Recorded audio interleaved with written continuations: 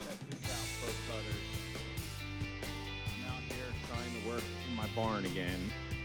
I pulled some things out because we're finally having a nice day. Still a lot of mud out there, but instead of completely pulling everything out and wasting all that time, I'm switching up my game plan a little bit. I've pulled everything out on this side, nearly. I've still got my wood supply over there. But what I'm going to do is I've moved Donovan's travel crate here. Now I'm going to build a shelf across there. I'll move all this wood out of here because I'm thinking I may build the shelf all the way across. Not 100% sure yet, but I think this is a better plan than wasting so much time yanking everything out and then trying to reorganize and then having to have time to move everything back in. So this way I've pulled one section clean. I'm going to work on it, and then once it's done I can organize it and then work on the next section. And I think that's going to be a better solution than to what I've been doing. Alright guys, back on the build here. You can see I've got the bench pretty much done.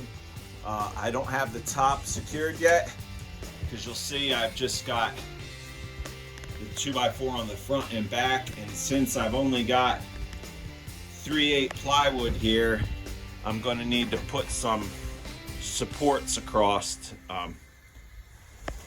at least 3 or 4 supports going across to secure this. That way I can have a little bit of a weight on it, so I can use it as a workbench or to store stuff on. So stick around, I'll show you what it's like when it's all finished up. Thanks for watching, guys. Like, comment, subscribe. I need watch hours, I need subscribers. We got to grow this channel. Everything I teach you guys is free for you, but I'd like to make a little bit of change if I could. Bless you guys.